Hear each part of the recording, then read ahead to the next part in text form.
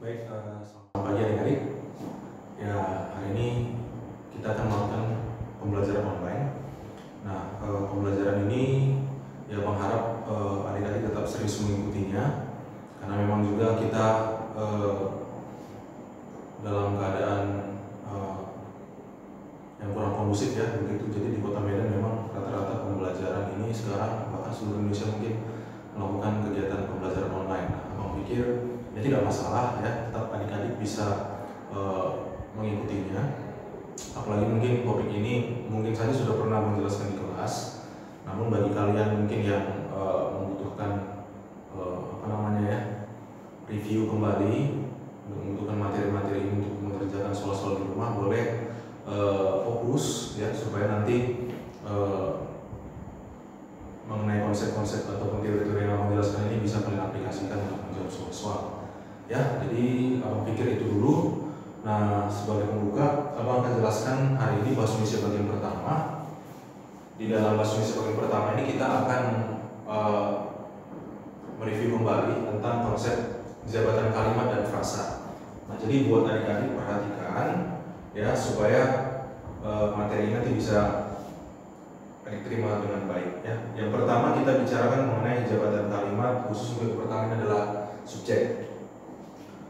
Untuk mencari subjek dalam sebuah kalimat, kamu boleh menggunakan kata tanya apa atau juga kata tanya siapa ya. Boleh apa, boleh siapa. Kemudian kata tanya ini langsung kamu tambahkan ke unsur kalimat yang lain. Jadi nanti misalnya ini ada sebuah kalimat.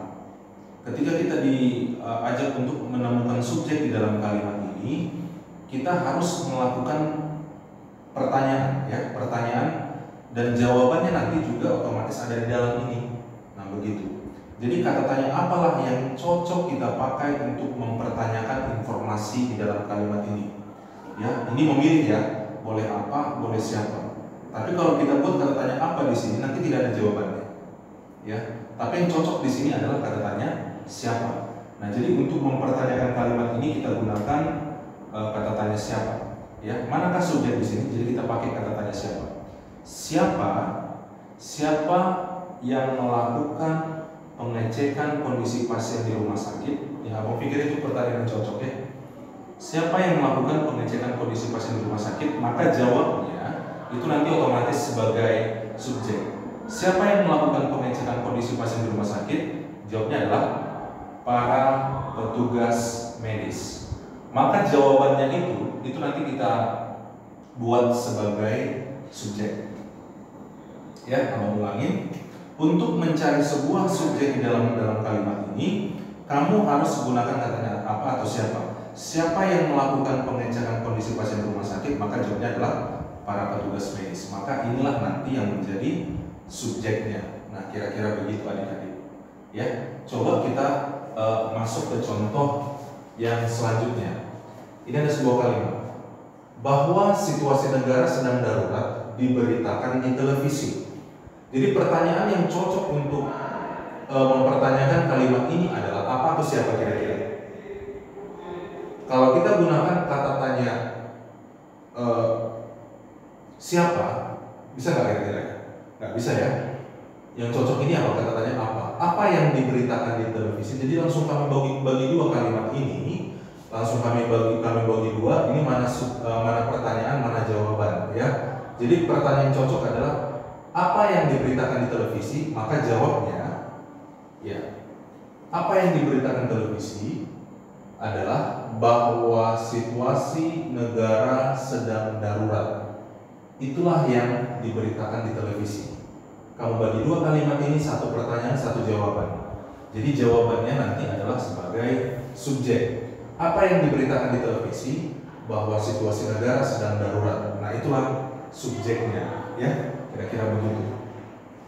Oke, nah kemudian coba kita lanjut ke contoh yang selanjutnya. Nah, kira-kira ada kalimat seperti ini. Menulis adalah hobiku. Pertanyaan yang cocok adalah apa ya? Pertanyaannya adalah apa hobiku? Maka jawabnya menulis. Nah, itulah nanti subjeknya. Nah, mungkin ada yang berpikir, Bang, kan bisa juga apa menulis? Jawabnya adalah hobiku.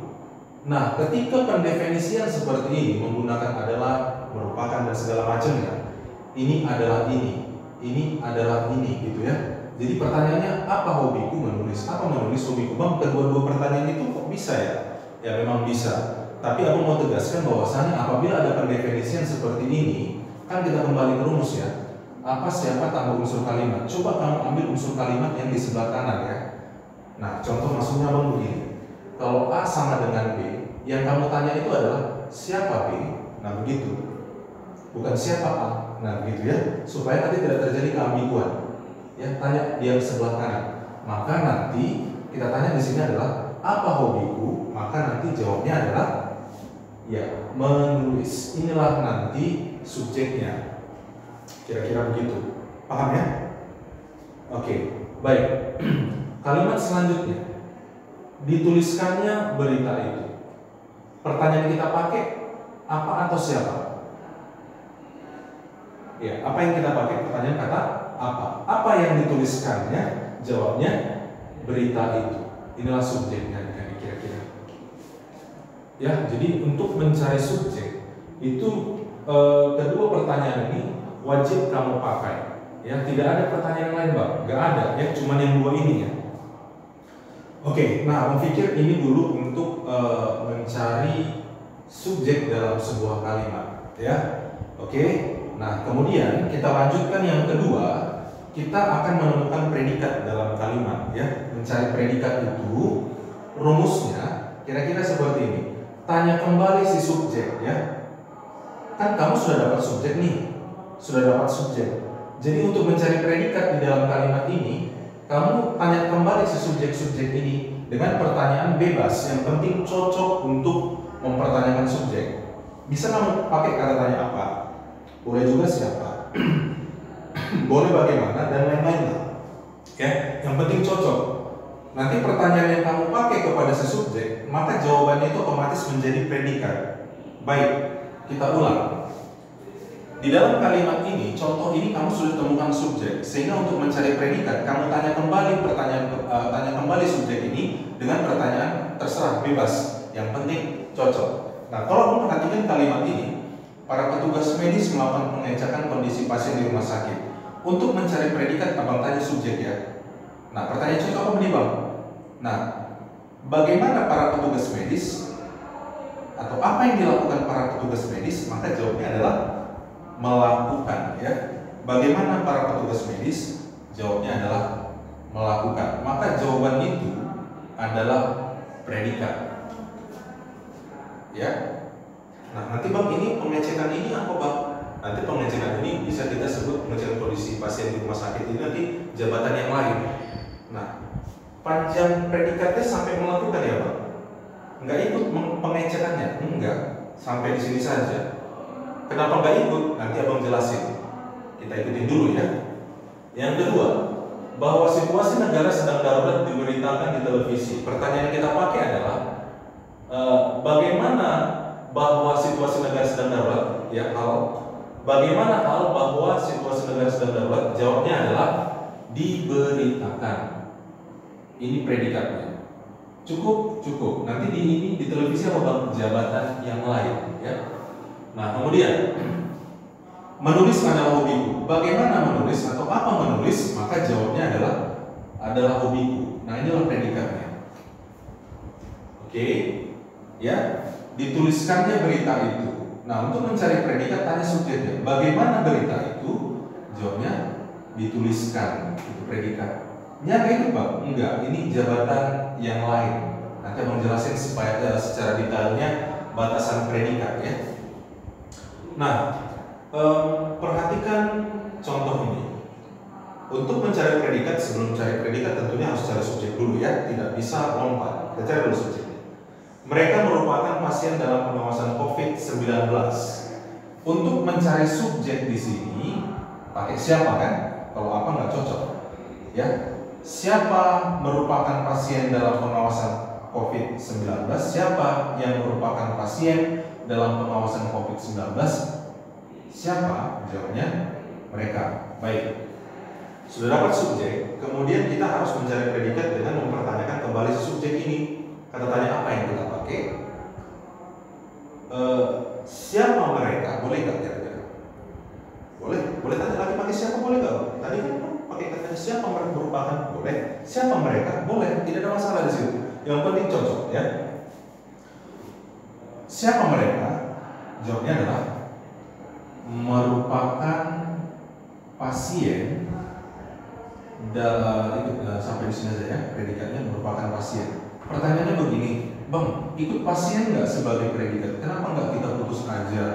Ya, ini predikat, ini mungkin objek gitu ya. Kenapa kita panjangkan predikatnya sampai pasien? Nanti abang jelasin, ikutin saja dulu. Nanti abang jelasin. Kemudian, ibu menelepon paman tadi pagi. Siapa yang menelepon paman tadi pagi? Jawabnya ibu.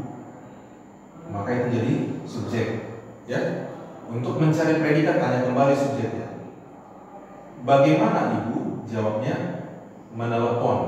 Inilah predikatnya. Nggak ikut pamannya bang? Nggak ikut. Loh, kenapa di sini pasiennya ikut, di sini pamannya nggak ikut? Kenapa panjang predikat di sini adalah 2 kata? Kenapa panjang predikat di sini adalah 1 kata? Nah itu menjadi pertanyaan mungkin bagi adik-adik. Nah jadi untuk itu kita sambung ke sebelah kiri. Ya, baik. Kemudian kita coba perhatikan masalah panjang pendek predikat ini dari awal sampai akhir. Nah sebenarnya panjang pendek sebuah kalimat itu, ini catatan pentingnya buat kamu. Panjang pendek predikat itu tergantung pada batasan dengan jabatan lain ya.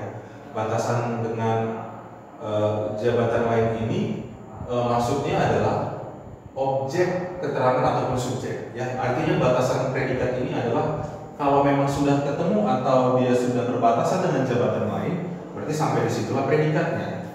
Nah, permasalahannya begini, batasan predikat sampai di sini, berarti dalam pengawasan bang ini jabatan lain, betul. Batas predikat sampai menelepon, berarti paman ini adalah jabatan lain. Ya, bagaimana kita menentukan memastikan bahwa ini jabatan lain atau ini jabatan lain? Nah, perhatikan apa? Di sini ada 2 kalimat yang abang sampaikan yang mirip ya. Yang pertama saya bermain bola, yang kedua saya membeli bola. Kita coba bahas yang pertama. Saya bermain bola. Siapa yang bermain bola? Maka jawabnya adalah saya. Ini menjadi subjek. Mencari predikat tanya subjeknya. Bagaimana saya? Jawabnya bermain bola. Ini predikatnya. Jadi bola ini sebagai predikat. Siapa yang membeli bola? Saya. Bagaimana saya membeli? Cukup. Bola nggak ikut bang? Enggak. Kenapa? Ini sudah batasan jabatan predikat. Ini sudah menjadi jabatan ini adalah objek. Nah kira-kira begitu. Oke. Kenapa bola ini di sini objek? Kenapa bola di sini tidak objek? Nah perhatikan ini kuncinya. Syarat objek dia harus bisa dipasifkan atau diaktifkan. Itu baru objek. Nah di sini abang buat batasan predikat sampai membeli karena bola ini adalah objek. Buktikan bahwa dia objek. Dia kalau dia aktif, ini kan aktif ya dia. Ini buktinya aktif, dia predikannya berawalan me. Berarti bisa dong dipasifkan bang, kita pasifkan coba. Bola dibeli saya, boleh kan? Boleh. Maka karena bola ini bisa dipasifkan, maka bola ini adalah objek. Coba bola di sini kita pasifkan, bisa nggak ya? Bola ini kan aktif ya, coba pasifkan. Bola dimain saya, bisakah? Tidak. Jadi karena bola di sini tidak bisa dipasifkan, maka bola di sini bukan objek. Jadi karena bola bukan objek, maka panjang predikatnya terus mengikuti sampai ke bola. Kenapa? Ya ini bukan objek, berarti itu masih perluasan dari predikatnya. Nah kira-kira begitu. Di sini kenapa batas predikatnya sampai membeli? Karena bola di sini sudah objek. Ya objek. Buktikan bahwa objek dia bang. Bola dibeli saya. Boleh, berarti ini yang bola ini objek, berarti batas predikatnya sampai di sini. Sudah mengerti adik-adik? Nah, coba kita melihat batasan predikat di kedua kalimat ini. Kita dulu subjeknya ya. Kami menjadi relawan pencegahan penularan virus corona. Mencari subjek, siapa? Siapa yang menjadi relawan pencegahan penularan virus corona? Jawabnya kami. Oke.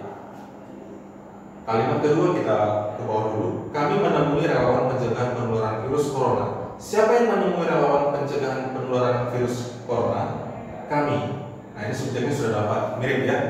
Nah kita mencari batasan predikat, panjang pendek predikat nampak nanti di sini. Yang pertama, kami menjadi relawan pencegahan penularan virus corona. Siapa yang menjadi relawan pencegahan penularan virus corona? Kami. Bagaimana kami? Kita mencari predikat ya. Bagaimana kami? Bagaimana kami? Jawabnya adalah menjadi relawan pencegahan penularan virus corona. Panjang ya Bang ya? Panjang. Karena memang belum ketemu objek gitu. Ini masih predikat semua karena memang belum ada jabatan lain di dalam kalimat ini selain predikat. Oke. Kalimat yang kedua, kami menemui relawan pencegahan penularan virus corona. Siapa yang menemui relawan pencegahan penularan virus corona? Kami. Mencari predikat. Bagaimana kami? Jawabnya adalah menemui. Ini predikatnya. Cukup? Cukup. Kenapa? Batasi di sini predikatnya karena ini sudah jabatan lain ya. Relawan penularan pencegahan virus corona adalah objek. Loh, kenapa ini objek, kenapa ini tidak? Kita buktikan saja dengan syarat objek, ya kan? Coba dibalikkan yang dipasifkan. Karena ini kan aktif ya. Kalau kita pasifkan menjadi relawan pencegahan penularan virus corona ditemui kami, berarti ini objek. Alasannya bisa dipasifkan. Nah, di sini relawan pencegahan penularan virus corona, kenapa tidak kita batasi saja nih Bang, ini predikat, ini objek misalnya. Buktikan dulu dong kalau memang bisa dia objek. Ya, memang objek dia, harus bisa dong dibalikin. Coba kita balikkan. Relawan pencegahan penularan virus corona dijadi kami. Bisa nggak ya? Relawan pencegahan penularan virus corona dijadi kami. Nggak bisa ya? Berarti ini bukan objek. Jadi kalau bukan objek dia Bang apa? Ya masih bagian dari predikat. Nah, kira-kira begitulah untuk mencari panjang pendek sebuah predikat ini. Abang ulangi, dia tergantung apakah dia sudah bisa dipasifkan atau dibalikkan. Kalau bisa dipasifkan berarti memang objek. Kalau tidak bisa dipasifkan berarti masih bagian dari predikat. Nah, kira-kira seperti itu simpelnya mencari batasan panjang pendek sebuah predikat. Baik adik-adik, kita lanjutkan ke konsep jabatan kalimat ketiga, yaitu objek. Nah, objek ini ada beberapa. Nah, kita akan bahas satu-satu. Mulai yang pertama adalah objek penderita atau dirumuskan dengan O1 ya. Jadi untuk mencari objek penderita dalam sebuah kalimat, kami gunakan nanti rumus seperti ini. Subjek tambah predikat tambah apa atau siapa. Nah, subjek dan predikat kan kamu sudah dapat nih ya. Kamu cari dulu, kamu nggak boleh tiba-tiba menemukan objek tanpa belum menemukan subjek predikat ya. Cari dulu mana subjek, mana predikat. Nah, setelah subjek dapat, predikat dapat, coba tanyakan, tambahkan kata tanya apa atau siapa. Nanti jawabannya atas pertanyaan apa siapa ini, inilah nanti yang menjadi objek penderita atau O1. Nah, untuk mencari objek pelaku, temukan subjek predikat, kemudian tambahkan kata oleh. Nah, ini ya. Ini bedanya cuma kata oleh. Subjek predikat tambahkan oleh, tambahkan apa atau siapa. Nah, apa atau siapa ini, itulah nanti menjadi pelakunya.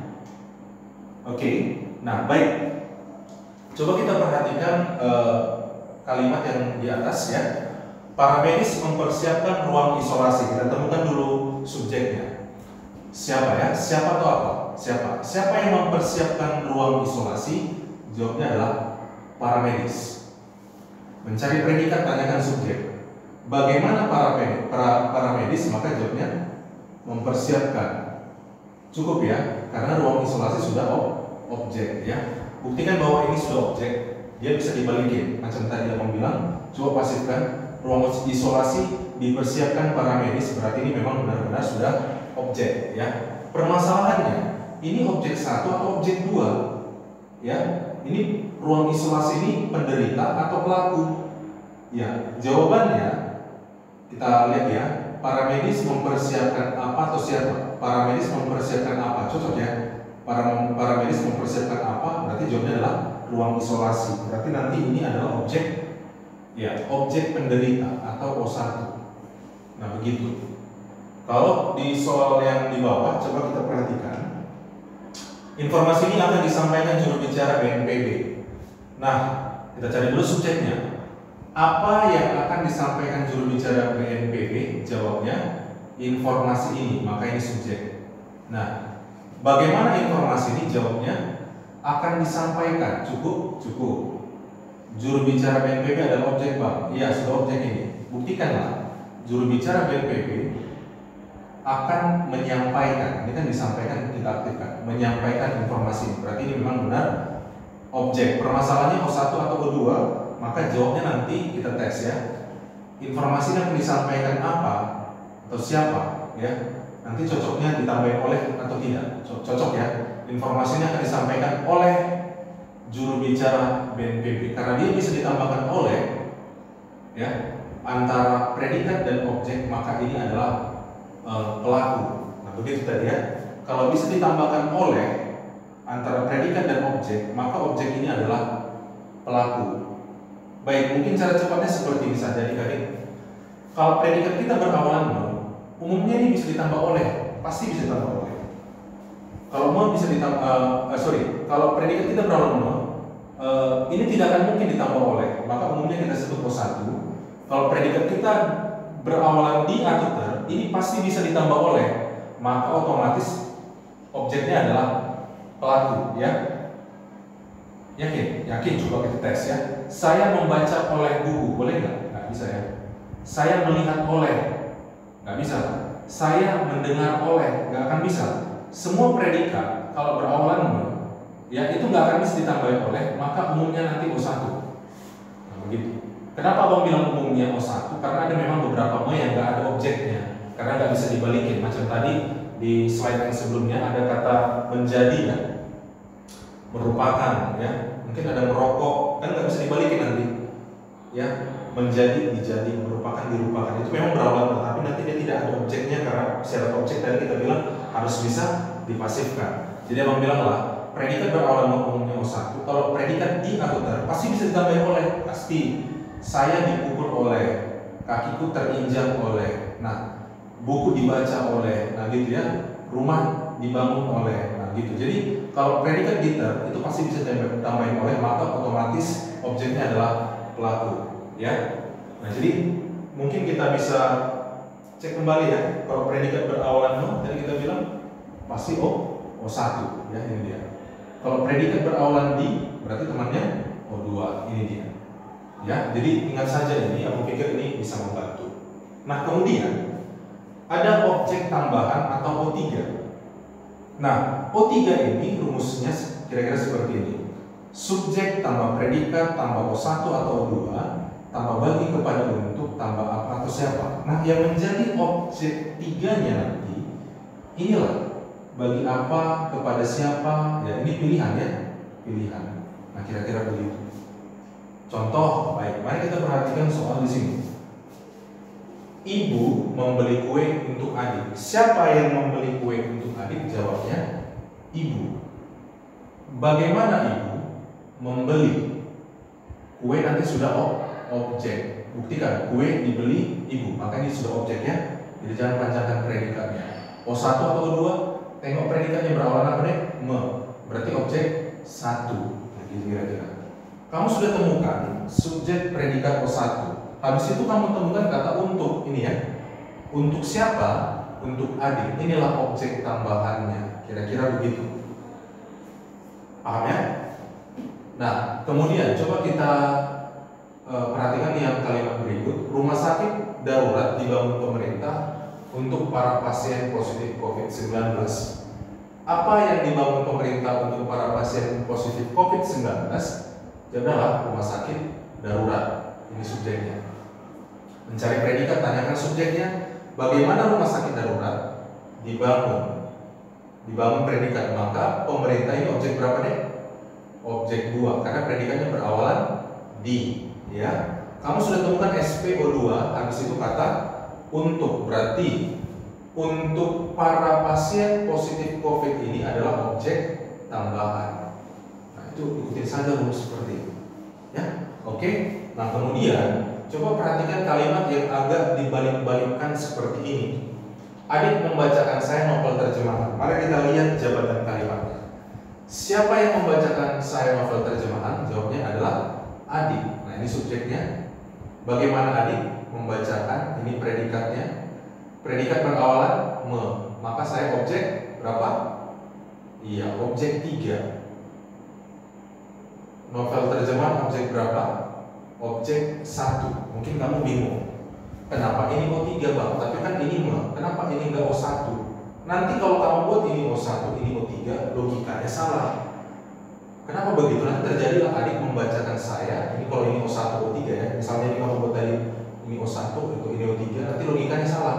Adik membacakan saya untuk novel terjemahan, bagi novel terjemahan, ya, kepada novel terjemahan, kan salah.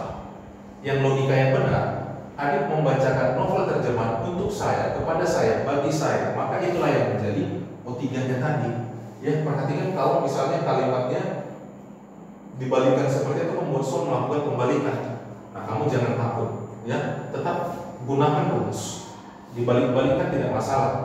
Pakai logika. Adik membacakan novel terjemahan untuk saya, maka ini O3, ini O1. Jelas ya? Oke, abang pikir itu dulu mengenai konsep jabatan kalimat. Ada satu lagi namanya keterangan. Nah, kalau keterangan ini memang tidak memiliki rumus adik-adik, ya. Jabatan keterangan tidak memiliki rumus, namun nanti dia memiliki ciri-ciri, ya, ditandai dengan adanya kata tugas, ya, ditandai dengan adanya kata tugas, ya. Misalnya, kalau kamu temukan kata tugas misalnya di, ke, dari, ini nanti otomatis kamu sebutlah jabatan kalimatnya keterangan apa? Ya, keterangan tempat. Misalnya kamu temukan agar, untuk, supaya, berarti nanti keterangan tujuan, ya. Ini nanti bentuk keterangan tujuan. Misalnya kamu temukan misalnya kata karena, ini berarti keterangan sebab, ya.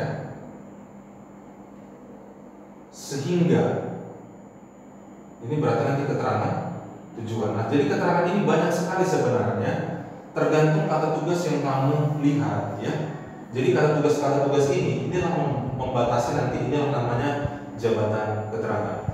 Nah, abang pikir itu dulu mengenai konsep jabatan kalimat. Nanti buat adik-adik ini diperhatikan, ya. Video ini boleh dibaca-baca, ditonton maksud saya, dilihat di mana sebenarnya batasan-batasan kalau misalnya kamu temukan soal-soal nanti, ya. Untuk itu nanti abang akan kirimkan melalui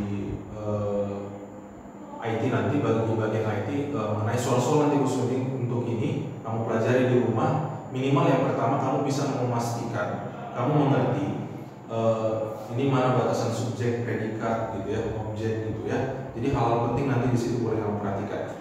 Nah, aku pikir itu dulu untuk video jabatan kalimat, konsep jabatan kalimat ini. Untuk video selanjutnya nanti kamu bisa perhatikan di kiriman-kiriman selanjutnya nanti di aplikasi yang sudah kamu punya. Nah, aku pikir itu dulu. Terima kasih buat perhatiannya. Tetap semangat dan selamat pagi.